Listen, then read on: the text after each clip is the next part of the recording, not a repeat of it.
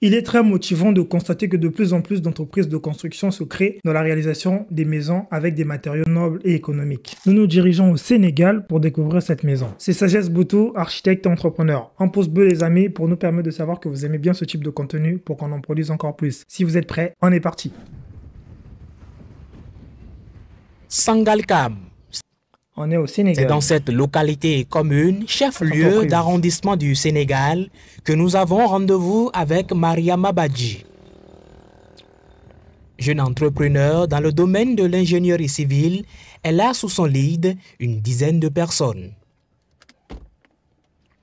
Donc, je suis ingénieure en génie civil, une grande passionnée d'environnement. Je fais partie des 17 jeunes ambassadeurs des Nations Unies pour la promotion des objectifs de développement durable. Donc, je suis Donc, elle est plus dans le développement durable, cette entreprise. entrepreneur aussi, cofondatrice et CEO de DNA, une entreprise de construction, mais vraiment orientée construction bioclimatique. Diplômée de l'école supérieure polytechnique de Dakar, elle a fait de l'environnement et l'éco-construction sa passion. Et ce, pour une raison. Le secteur du bâtiment, à lui seul, représente 40% des émissions de gaz à effet de serre. Donc c'est énorme, vous pourrez le voir, partout c'est du béton, du ciment. Et donc aujourd'hui, ces méthodes de construction sont énergivores. Donc du coup, avec DNA, l'idée c'est de proposer en fait des alternatives qui permettent de préserver l'environnement.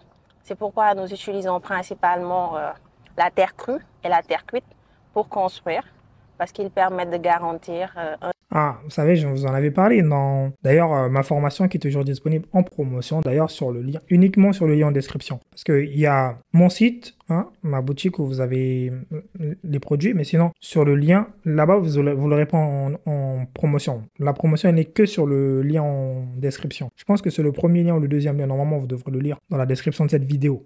Un habitat sain et surtout de préserver l'environnement. Je vous expliquerai, c'est une formation de quoi. À bord de son véhicule comme au quotidien, elle nous amène visiter un de ces chantiers en construction dans la localité. Nous allons sur un chantier sur Sangalkam.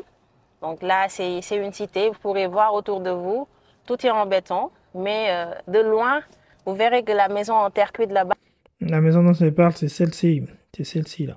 Se distingue en fait de par sa couleur déjà, parce qu'on a tout le temps l'habitude de voir des briques, des parpaings. On va voir, on va juger, on va voir si c'est vraiment les briques écologiques comme ceux dont on me parle. Dans du béton, du ciment, comme je l'ai dit tout à l'heure. Et donc du coup, là, c'est un R+1 que nous sommes en train de construire pour un particulier. Nous voici dans la cité résidentielle Nofly, au cœur de Sangalkam. Ce bâtiment en construction, ok, c'est cette maison qu'ils sont en train de construire, est conduit par Design Ingénierie Architecture. Cette entreprise fait dans la promotion de l'éco-construction.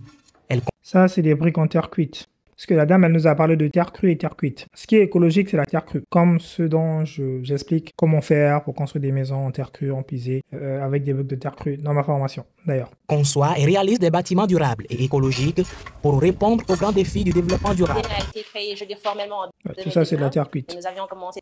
La terre cuite, c'est pas très écologique. Les briques en terre cuite, en France, on utilise soit des parpaings, soit des briques en terre cuite, ça dépend. Généralement, on utilise ces briques en terre cuite parce qu'on peut y mettre des isolants à l'intérieur, ici en France. Ouais. C'est pas principalement pour le principe écologique qu'on les utilise, parce que c'est des briques qui se vendent au marché, donc pas besoin de parler d'écologie pour ça.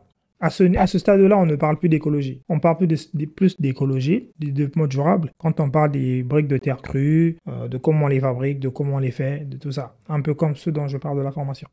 À travailler depuis 2018 parce que tout est parti d'un projet de co-développement avec Biscaya, une organisation basque qui avait financé des salles de classe et qui avait exigé que nous, étudiants à l'époque, fassions le suivi même des travaux. Donc DNA est parti de là parce que c'était avec l'association Africa Félix Sénégal.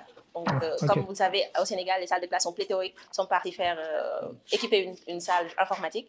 Du coup, il y avait des fondations qui avaient commencé, ils n'avaient pas les moyens pour terminer. On nous a demandé, mais qu'est-ce que vous pouvez faire? Nous étions en deuxième année à l'époque à l'école supérieure polytechnique de Dakar. Et donc, nous avons fait toutes les études techniques et financières nécessaires. Nous avons monté le dossier, nous avons demandé le financement qui nous a été accordé au lieu de 2 salles de classe sur 4 salles de classe. Et le bailleur a exigé vraiment que nous fassions le suivi des travaux. Et donc, c'était l'occasion idéale pour nous lancer parce que nous voulions tous avoir notre entreprise, je veux dire, mes cofondateurs et moi, à la fin de nos études. Mais on s'est dit, pourquoi pas nous lancer maintenant, accumuler de l'expérience, commencer à travailler Et d'ici l'obtention de notre diplôme d'ingénieur, là, nous pourrons continuer le travail. La pandémie de Covid-19 dans ce contexte aura été un élément motivateur. Diplôme en poche, elle s'est associée à l'un de ses collègues pour mettre sur pied le projet qui, pour elle, répond à un besoin particulier. Je connais un peu les principes des maisons au Sénégal. Au Sénégal, généralement, les maisons sont... Vous savez, quand on construit sur un terrain, les gens, quand ils construisent sur des terrains, ils vont construire, ils vont mettre la maison sur toute la surface. Donc, il y aura très peu d'espace même pour la cour. Limite, il n'y aura pas de cour. Et s'il y a de cour, c'est bétonné, soit mis en carreaux. Au Sénégal, il y a beaucoup de carreaux quand même. Et aussi, on a beaucoup de petites fenêtres. Beaucoup de petites fenêtres. Je trouve ça un peu dommage quand même pour ce très beau pays que je trouve très beau climat dont on pourrait faire plein de choses. Qu'on ait encore des constructions aussi rétro, alors qu'on pourrait faire de très belles choses, très minimalistes. Pas besoin d'élever des grands et hauts bâtiments comme ça. Pas besoin. Et oui, voilà. Surtout là, je pense pourquoi c'est comme ça, c'est parce que le Sénégal, ils ont une politique où ils vendent des très petits terrains. Parfois, on peut te vendre un terrain à 100 mètres carrés, 150 mètres carrés à peine. C'est toujours très complexe. Et généralement, souvent, les clients qui me contactent, même quand ils viennent du Sénégal, généralement, quand ils me contactent, pour me contacter d'ailleurs, ça a changé. Là, vous réservez un rendez-vous vous-même. Donc, le lien, c'est sur mon site internet. Donc, le troisième lien en description, je ne sais pas sur quel lien, mais vous avez tous les liens en description pour réserver un appel avec moi pour un projet de construction. Et donc, normalement, au Sénégal, ils ont tellement des petites surfaces que quand les clients m'appellent et qu'ils ont un petit terrain avec une petite surface, ce qui se passe, c'est qu'ils veulent quand même un grand bâtiment. Le problème, c'est que voilà, quand tu as 100 mètres carrés, 150 mètres carrés, c'est un peu plus compliqué que ça de mettre une surface au sol. Donc, généralement, moi, ce que je fais, c'est que je libère le rez-de-chaussée en construisant en pilotis. Okay. Le pilotis, c'est une technique où on met le premier niveau après les poteaux. Donc, il y a des poteaux. Donc, la terre, elle est laissée comme ça. Enfin, le jardin, il est laissé libre. Ensuite, on met des poteaux. Et le bâtiment, il repose sur les poteaux. Puis après, vous avez le premier niveau, le deuxième niveau. Généralement, quand c'est comme ça, ouais, c'est mieux le pilotis pour pouvoir y entreposer aux voitures et autres aussi. Construire en terre crue et en terre cuite. Alors, DNA, c'est une entreprise de bâtiments et de travaux publics fondée sur l'engagement pour le bien de la communauté et la passion pour l'innovation. Mon vision, c'est d'être des acteurs du développement durable en Afrique et cela passe par des missions comme concevoir des cadres de vie qui sont respectueux de l'environnement, mais surtout propices à l'épanouissement de tous. La construction écologique, ou même je dirais la construction bioclimatique, c'est une construction qui... C'est ça qui me pince un peu quand on parle d'écologie bioclimatique. Là, sur ce bâtiment, on est vraiment très loin de l'écologie, très loin de bioclimatique. Ça, je vous l'assure. Donc, sur ces principes-là, on n'y est pas. S'inscrit naturellement dans son nom. Bioclimatique, c'est vraiment autre chose, hein, bioclimatique. Une maison bioclimatique, c'est une maison qui est autosuffisante, on va dire. Et donc, il n'y a pas de définition exacte, mais c'est un ensemble de principes qui permettent de parler de construction bioclimatique. Ça prend en compte l'utilisation des matériaux, mais ça commence déjà par la conception. C'est-à-dire qu'il faut déjà bien réfléchir sur le bâtiment que nous allons construire, prendre en compte l'éclairage naturel pour qu'on n'ait pas à allumer des lampes en journée, ça ne fait économiser de l'énergie, prendre en compte la circulation de l'air pour avoir une climatisation naturelle.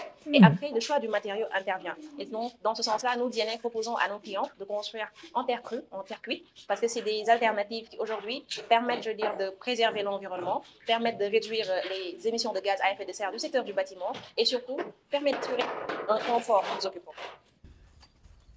C'est avec méthode et soin que tout se fait. Ouais, c'est bien les briques de terre cuite.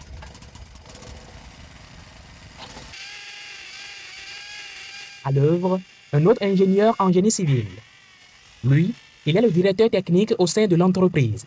C'est bien. Moi, je suis content de voir ce genre de choses. Vous savez, quand on crée une petite entreprise, une petite structure de construction, faire des projets comme ça. Parce que bientôt, je vais commencer à partir au milieu de l'année, hein, comme je vous l'ai dit, au milieu de l'année 2024. C'est le moment où je serai beaucoup plus opérationnel. Et à partir de ce moment-là, je vais commencer à faire des appels d'offres d'entreprise pour des projets de construction.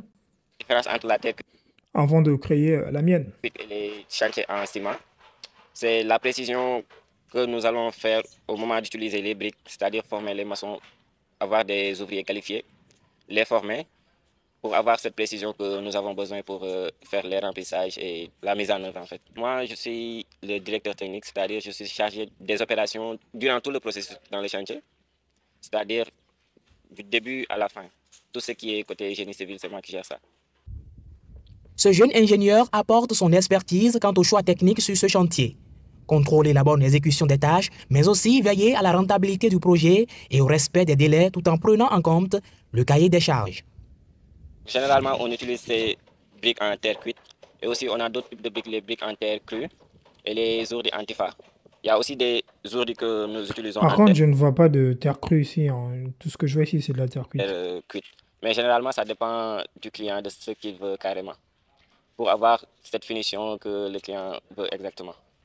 Donc, parfois, au lieu des ourdis en ciment, on utilise des ourdis en terre cuite ou en antiphare. Ça permet d'avoir une meilleure inertie thermique à l'intérieur du bâtiment et donc également augmenter le confort thermique à l'intérieur. Après ce Parce que là, ce qu'ils font là en terre cuite là, après ils vont les enduire en ciment, c'est ça le truc. Et en fait, généralement, cette technique, ça fait perdre tout son sens de construire finalement avec des briques de terre cuite. Parce que, alors, les briques de terre cuite, ça peut adhérer avec l'enduit en ciment, ça va. Mais la terre crue, elle, non, n'adhère pas avec l'enduit en ciment. Donc, ce qui veut dire que là, ça va ressembler finalement à une maison lambda. C'est comme s'il n'y avait pas vraiment eu grande différence d'avoir construit avec de la terre cuite, finalement. périple sur ce chantier. Ne vous inquiétez pas, je vais vous emmener dans des chantiers, dans mes chantiers.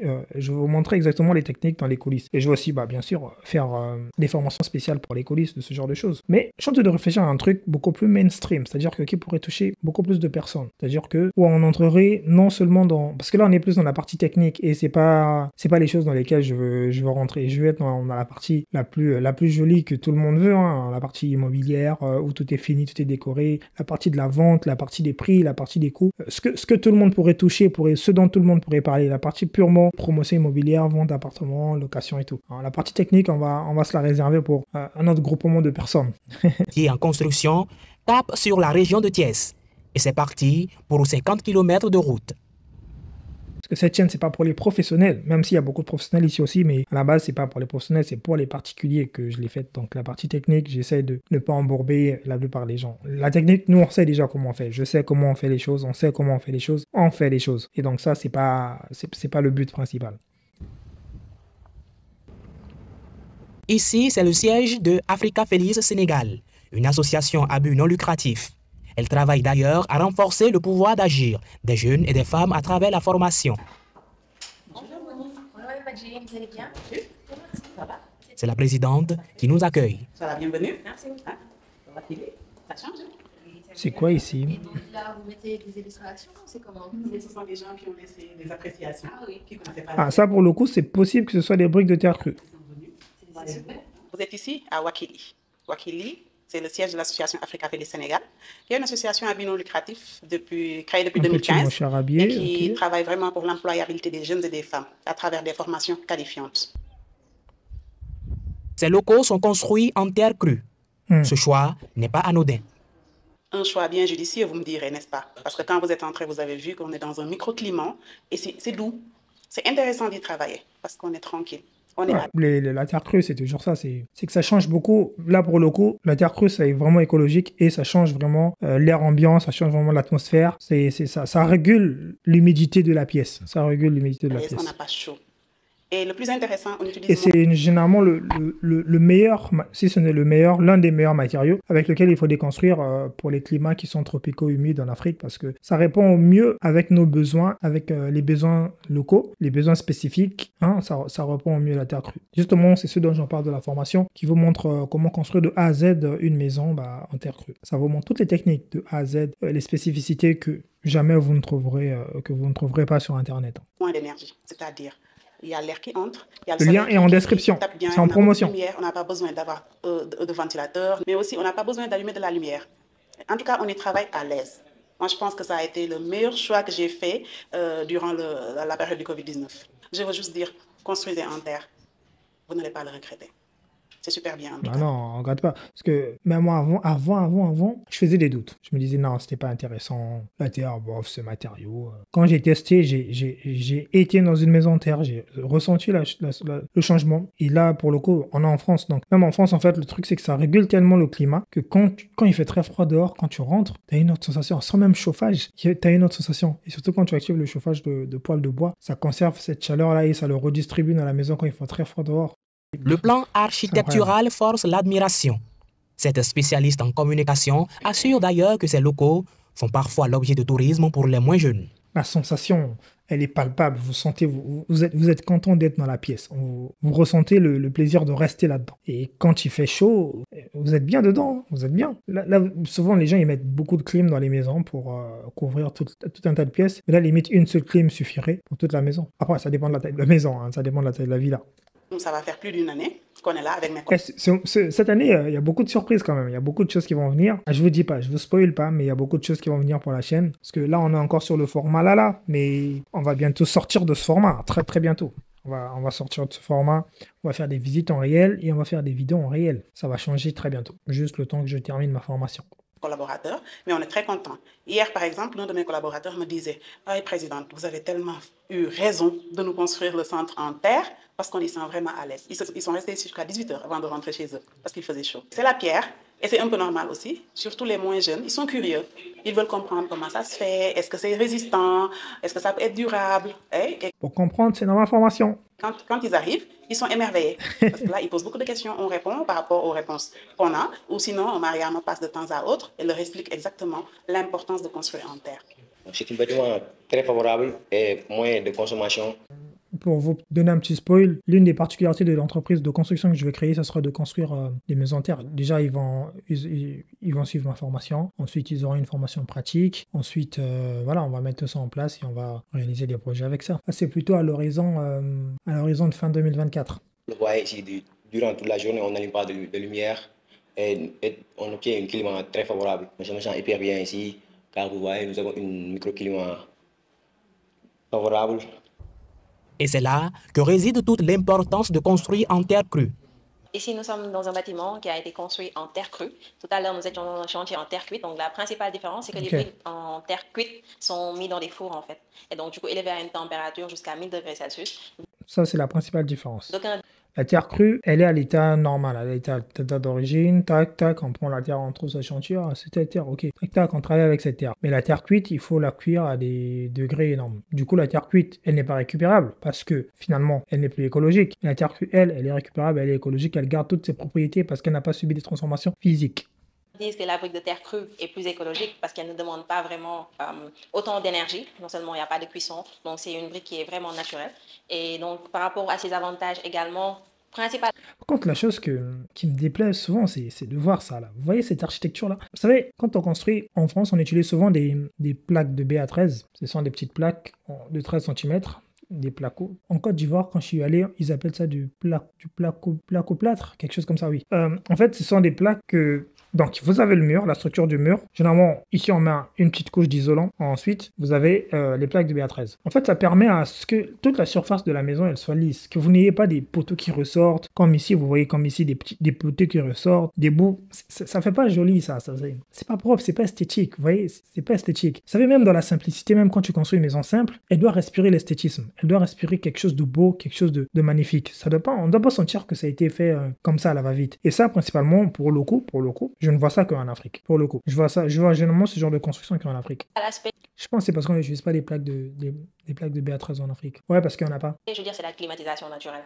Parce que vous l'aurez remarqué, il fait très chaud à l'extérieur, mais à l'intérieur, on a un microclimat qui nous permet vraiment d'avoir le confort qui est nécessaire pour les occupants. Et donc, du coup, c'est comme les Canaries d'avant. On arrivait à avoir de l'eau fraîche parce que c'était de l'argile. Et donc, c'est le même principe aujourd'hui avec ces briques-là. Donc, vous pouvez... Elle a compris le game.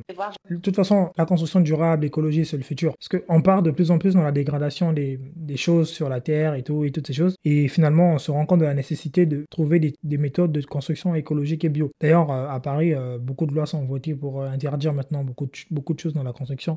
Beaucoup de matériaux, beaucoup d'isolants. D'ailleurs, on nous conseille plus d'utiliser de la paille, des matériaux plus nobles, du chanvre, etc. Donc, je conçois. Je vais vous montrer. Donc, on a également joué sur l'architecture, comme je vous avais dit tout à l'heure. On parle de construction bioclimatique. Ça commence avec la conception. Donc, on a joué sur l'emplacement des portes, des fenêtres, pour avoir de l'éclairage naturel, circulation de l'air. Comme là, nous avons ce moucharabier-là, qui a une fonction, je veux dire, architecturale, qui est également esthétique, parce qu'elle permet non seulement d'avoir de la lumière, d'avoir de l'air, mais également, elle permet de jeter un coup d'œil dehors pour les... Oui, moi, c'est ça que j'aime. Par exemple, si je me dis, OK, si j'ai un projet, si je veux construire au Sénégal, j'ai vu cette entreprise, je me dis, c'est bien. Ils savent déjà faire une chose que j'apprécie faire dans mes projets. Donc, si j'ai un projet en terre spécifique et qu'ils ont des techniques qu'ils ne sauront pas faire, je leur ferai faire un petit peu hein, par rapport à la technique que je veux spécifiquement. Leur demander s'ils savent pas, un petit peu. Déjà, vu qu'ils sont déjà dedans, donc leur faire un petit peu de ma formation. Ensuite, après ça, on entame un projet de construction avec eux. C'est-à-dire que je les sélectionne direct. Parce que j'ai déjà vu en entreprise ce qu'ils font. Enfin, j'ai déjà vu un peu ce qu'ils font. Donc, je vais sur place, je vois et pour l'appel d'offres, directement, je prends l'entreprise. C'est ça un peu le rôle de l'architecte. Vous avez vu que moi, je suis architecte, c'est moi qui suis le chantier, c'est moi qui... Si j'ai la mission de suivi de chantier, bien sûr, du client, je suis le chantier, donc c'est moi qui recrute l'entreprise, c'est moi qui m'assure à ce que les choses soient bien faites. C'est ça la maîtrise d'œuvre. Formations qui se tiennent dans ces locaux d'Africa du Sénégal. Et donc là, nous avons un patio, comme je vous dis. Tout le temps, il est nécessaire de regarder. Ouais, bon, Gazon, vous savez ce qu'on pense de ce type vraiment en fonction de pelouse. Des activités de l'entreprise, de l'association. On a mis ce patio-là pour leur permettre l'après-midi, s'ils ont des after-work. Ouais, c'est ça qui est chiant un peu, un bon patio. Vous savez, là, on me retire cette pelouse grise-là, enfin verte, inutile. On aurait mis du beau gravier blanc. Et au centre, on aurait mis peut-être, vous savez, un petit truc, un petit arbre, un eucalyptus et tout. Quelque chose qui permette, et après on met des petites chaises. C'est un patio, un endroit qui pourrait accueillir du monde dans l'entreprise. Toutes ces choses-là. Il faut un peu innover sur ce genre de choses. C'est pas juste laisser les trucs bons, ok, on met un espace, un carré, ouf. Et puis les briques, de la façon dont elles sont affichées comme ça, moi, je ne le fais pas. Généralement, je fais pas ça. Moi, je mets toujours un enduit en terre, quelque chose pour lisser la paroi, pour éviter d'avoir ces rebords-là déjà. C'est-à-dire qu'on fait au maximum tout lisse, tout doit être minimaliste. Au maximum, on essaie de donner tout ce qu'on peut pour rendre les choses minimalistes et très belles. Moi, ce que j'aime en Inde, c'est qu'en Inde, ils sont pas spécialement plus avancés qu'en Afrique. En Inde, vous savez, même les ouvriers, ils travaillent parfois en claquettes, en chaussettes et tout. Mais le problème, l'avantage, c'est qu'ils ont beaucoup d'entreprises, ils sont producteurs. Ils produisent beaucoup de matériaux, ils produisent beaucoup de choses. Et non seulement ils sont producteurs, et ils ont aussi ce don d'être minutieux sur le travail, minutieux sur la réalisation de ce qu'ils font. Et ça, c'est toujours inspirant. De pouvoir se tenir ici, de pouvoir vraiment profiter de l'espace, en fait. Selon les spécialistes, les maisons bioclimatiques ont l'avantage d'avoir moins d'impact environnemental. Entre une maison bioclimatique, respectueuse de l'environnement, et une maison classique, laquelle préférez-vous?